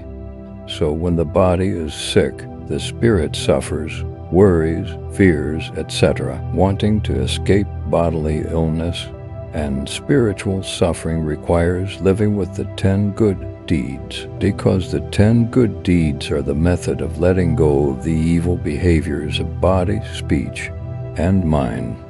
If evil karma is gradually put down, good karma gradually increases and appears. When living with the 10 good deeds, must be conscious of the magnetic fields of good actions covering all suffering and even birth and death. If from body, speech, and mind actions of doing good originate, right there is liberation from illness, accident, affliction, suffering from one's body and mind clearly. Conversely, when body, speech, and mind originate actions of doing the 10 evil deeds, immediately there is suffering, anger, sorrow, worrying, and illness. Body, speech, and mind being the 10 good deeds transforms suffering into happiness, from illness and pain becoming healthy and long-lived, because good karma always protects and liberates living beings from scenes of suffering. For example, if someone scolds us, we practice the method of patience, not scolding back. Then the agitated scene becomes a quiet scene. The suffering scene becomes a happy scene. That is living with the 10 good deeds. Sakra Divanam Indra asked Mr. Saputi, "What is good karma covering increase and decrease?"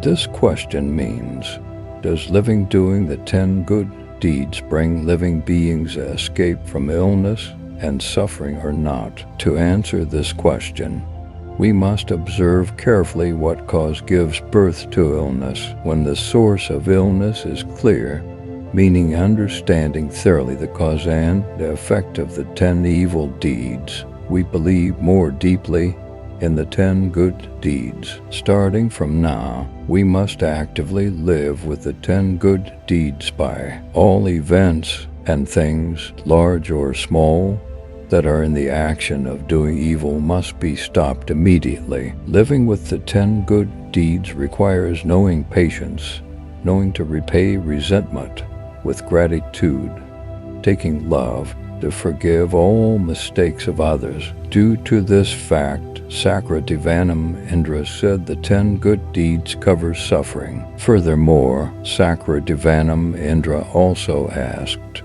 "Where is this bodily illness born from?"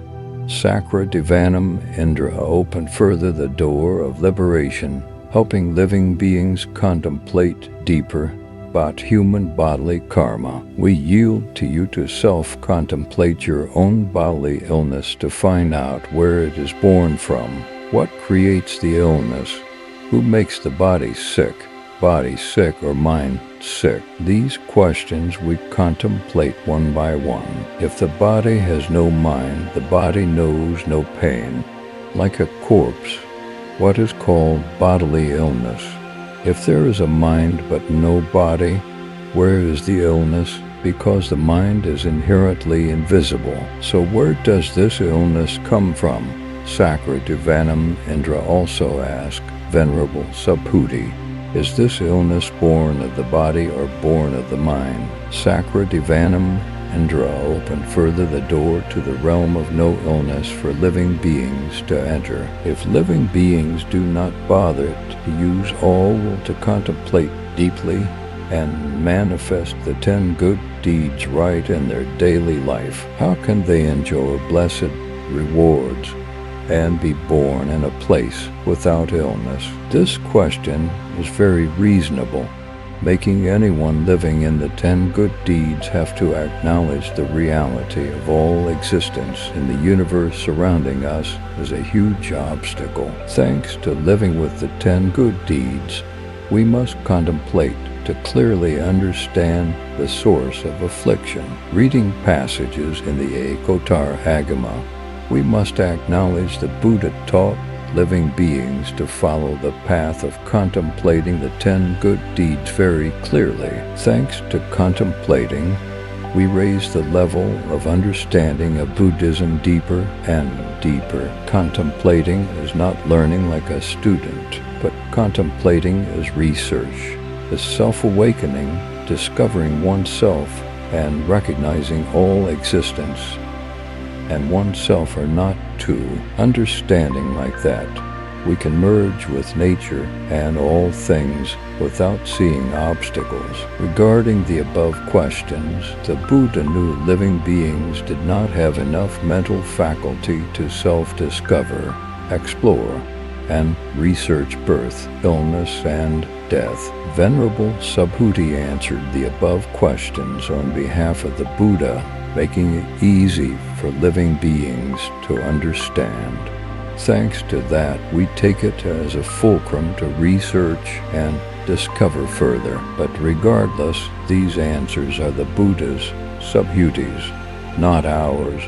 Therefore, do not take that as one's own, mumbling over and over the old path of the ancients. That is the way of practice using stone to suppress grass, leading to the manifestation of living with the 10 good deeds not being wholesome. Practicing like that, even practicing for 1,000 years later, will never find true happiness. The most important thing in practicing contemplation is first we must borrow the ideas of the Buddha and patriarchs as a refuge, then contemplate ourselves, open the universe's door ourselves. When contemplation is proficient, the source of liberation manifests in our mind. Then we truly spread the wings of the great bird soaring freely far into the sky, conditions coming together and conditions dispersing dependent origination. At that time, Venerable Subhuti answered, Good, Kausika. Dharmas arise by themselves. Dharmas cease by themselves. Dharmas move chaotically. Dharmas silence themselves. Standing from the perspective of Buddhist philosophy of cause and effect, all existence is born due to conditions coming together, not born by an omnipotent being. Therefore, the suffering, illness, and accidents of living beings are not caused by any other agent, but living beings create them for themselves. Gathering enough conditions, all existence is formed. If lacking one cause or condition, it cannot be born. Like a lamp having a wick, throat, tube, chimney, bowl for oil, but just lacking oil, the lamp cannot burn. Therefore, all sufferings of living beings exist due to conditions coming together, not naturally or by luck, chance. The obvious truth is all dharmas in the world must gather enough causes and conditions to form all things. The Ekotara Agama Sutra teaches dharmas arise by themselves. When contemplating carefully the cycle of birth and death in the universe, having birth means having death. Having death means having birth. This seed of birth and death we create ourselves. The one making illness and suffering for living beings is no one other than living beings. Yet whenever there is something to painful, an accident to critical, we only know to pray to heaven, Buddha, saints, gods. But how can those beings save us from suffering? Prayer is only a method of spiritual reassurance. They cannot help us. The one making this scene of suffering is us, so we must receive it. When conditions end, all existence self-destructs, not by accident. All is due to reasons. Not wanting to die means dying, nor wanting to live means living. For example, a big storm causing trees and houses to collapse, people and things dying. That is conditions dispersing. Conditions coming together means birth. Conditions dispersing means destruction. All existence forming and destroying is all due to conditions. The Ekotara Agama Sutra teaches dharmas cease by themselves. Contemplating to the ultimate principle, we see all existence in the world is entirely conditions coming together and conditions dispersing, creating, and then destroying. No form of existence in the universe has a separate entity, entirely formed and destroyed by conditions. No one destroys or creates it. Therefore, when the world-honored one cultivated to become Buddha, he still could not save living beings from suffering. He only reminded and admonished, skillfully causing living beings to practice themselves. Children, you must light your own torch and walk. I cannot walk that path for you. Reading this passage of Scripture, we must be conscious of ourselves again. This consciousness helps us escape 10,000 sufferings of body and mind. All existence due to conditions coming together arises itself. Then due to conditions dispersing ceases itself. The place of self-arising, self-ceasing is the place of motion. Therefore, all existence always lives in motion. Because of motion, countless living beings are born. And precisely the moving thought of living beings gives birth to attachment, clinging to self. Thus, human life has suffering and affliction. For example, if I have no greed, how can there be scolding each other? If there is no winning, losing, scolding each other, how can there be anger? Seeing through like that prevents the fit of anger. Therefore, body and mind are relaxed and calm. Sufficient conditions gathering inside and outside create anger and suffering. If inside is absent, outside present, or inside present, outside absent, there is no fit of anger. Conversely, outside present, inside also present, anger must be born. That is the common state of mind of living beings. Therefore, any event occurring must be due to sufficient causes. Life is a field of conditions coming together and dispersing, so our body and mind always endure much suffering.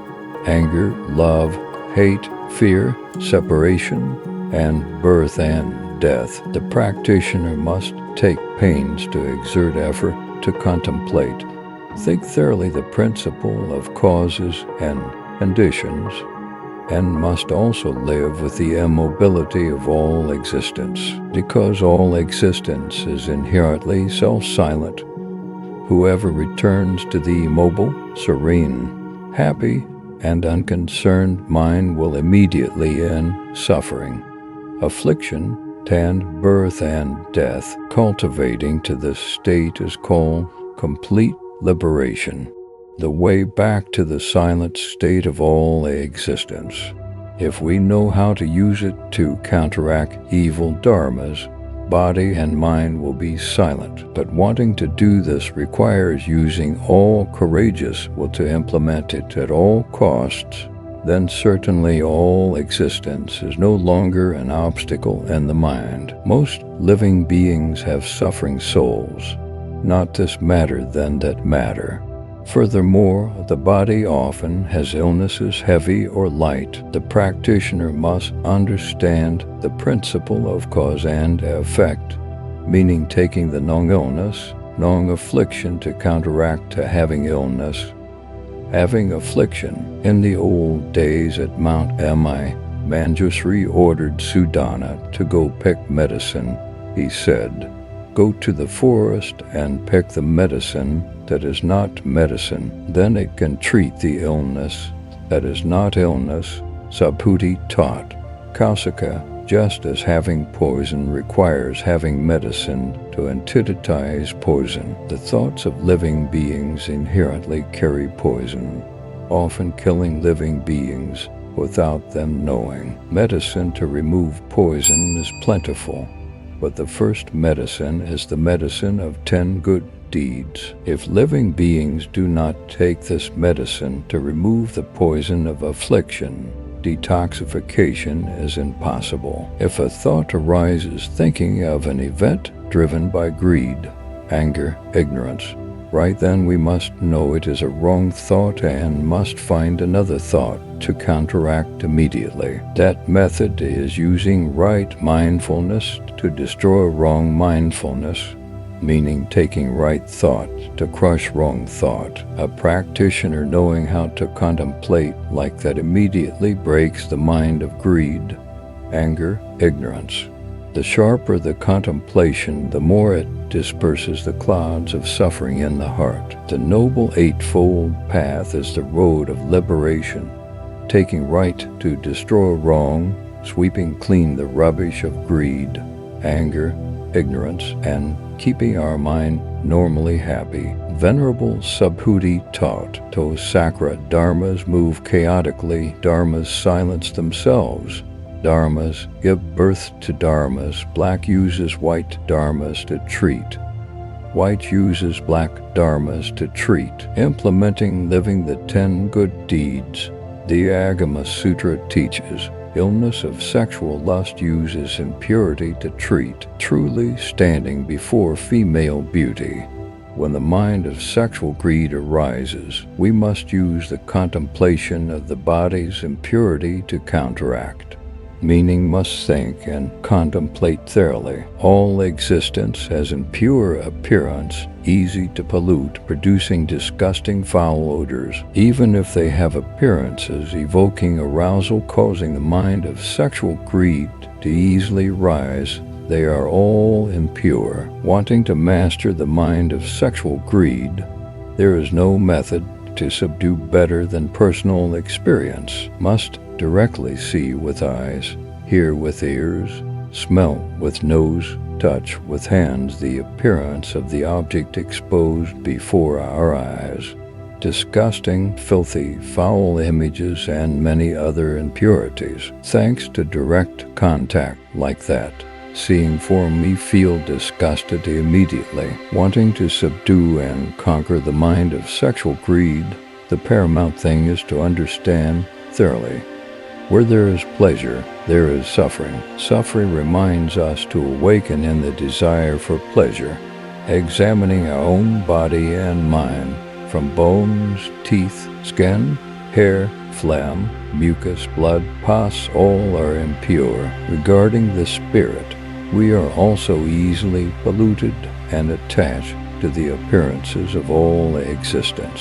Therefore, the more we generate the mind greedy for pleasure, the more we receive immeasurable suffering. People living with the 10 good deeds must implement correctly the 10 good deeds taught by the Buddha, and must also see through the real nature of the appearances of all existence surrounding us. People carrying heavy illness of anger wanting to treat it must use compassion, meaning we must know how to bring a heart of compassion, forgiveness, and love to those who are fierce, greedy, jealous, etc. Why? Because they are people lacking moral education, not illuminated by the light of truth in their hearts.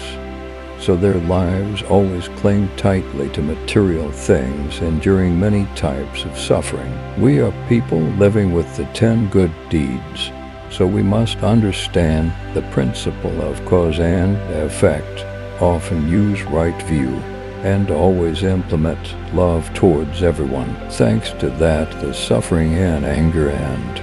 Being conscious that one's petty selfishness is poison killing one's heart.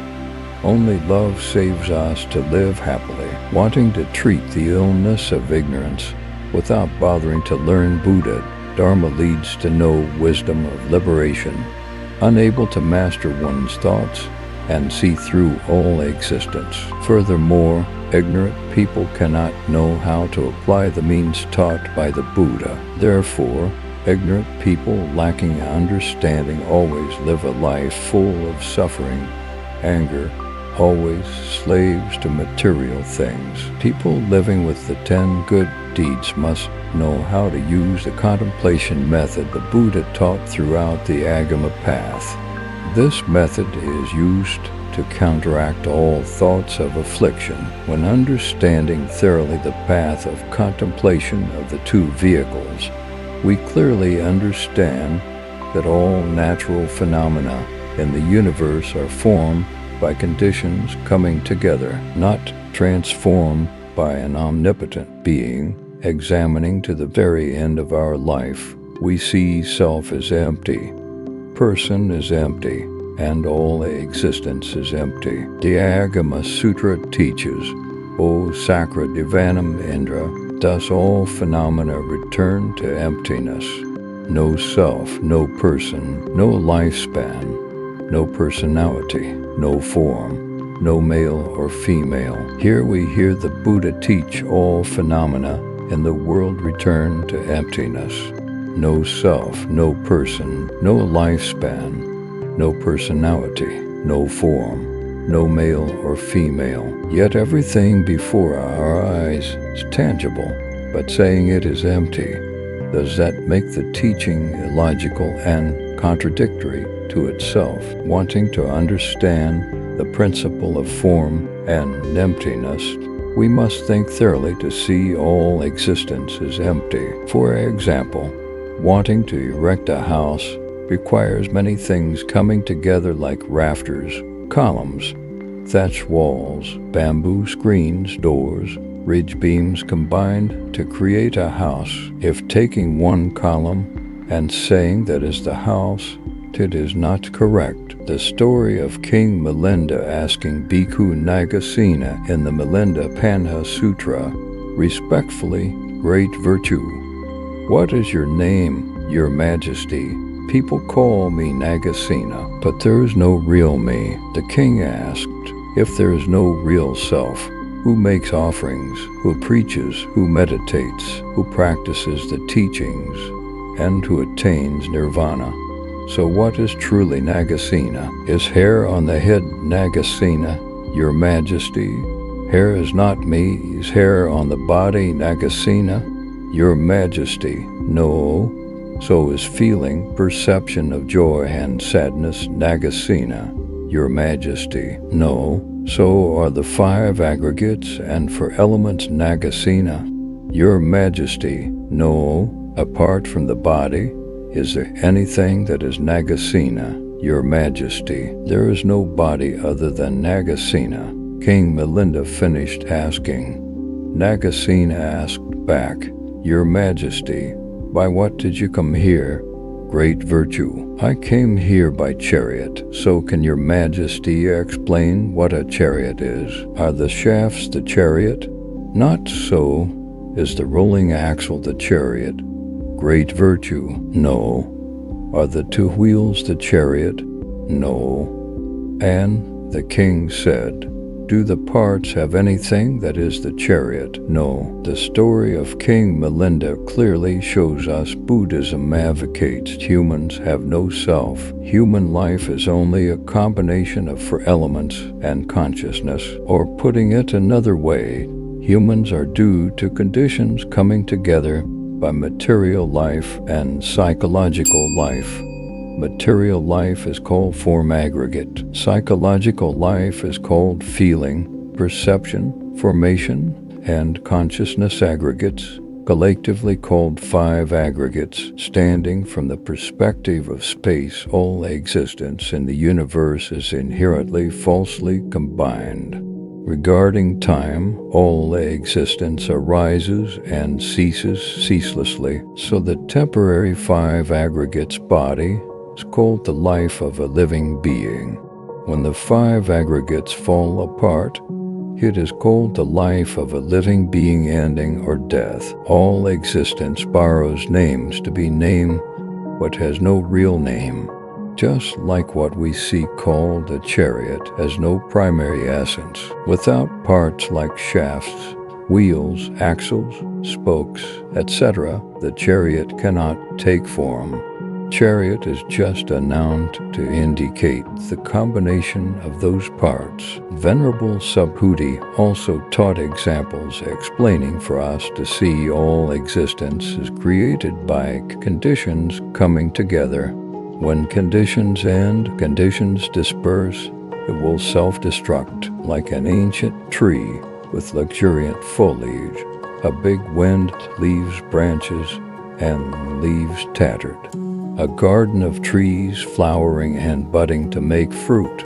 A storm of hail and snow wounds everything. That is conditions dispersing. A heavy rain pours down. Withered trees and branches meet rain and immediately sprout shoots. That is conditions coming together. Skillfully contemplating, we dig deep into the immobility of all existence.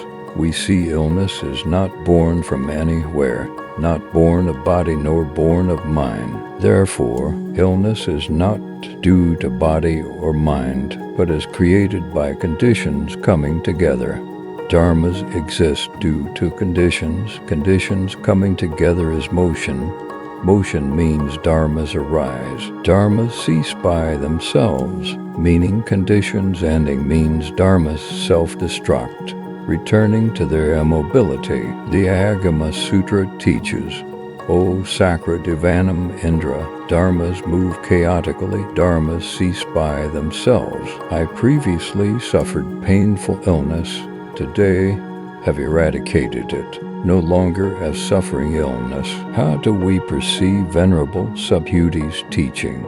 Is it that when thinking and contemplating, immediately understanding the source of illness, the illness is gone? Or for some reason Mr. Subhuti says his illness is gone when using the contemplation method to see through the source of illness. To understand this cause is only due to conditions coming together over many lives and also right in the present life creating. Thanks to understanding the source of illness, the mind no longer worries or fears, often looking straight at the illness.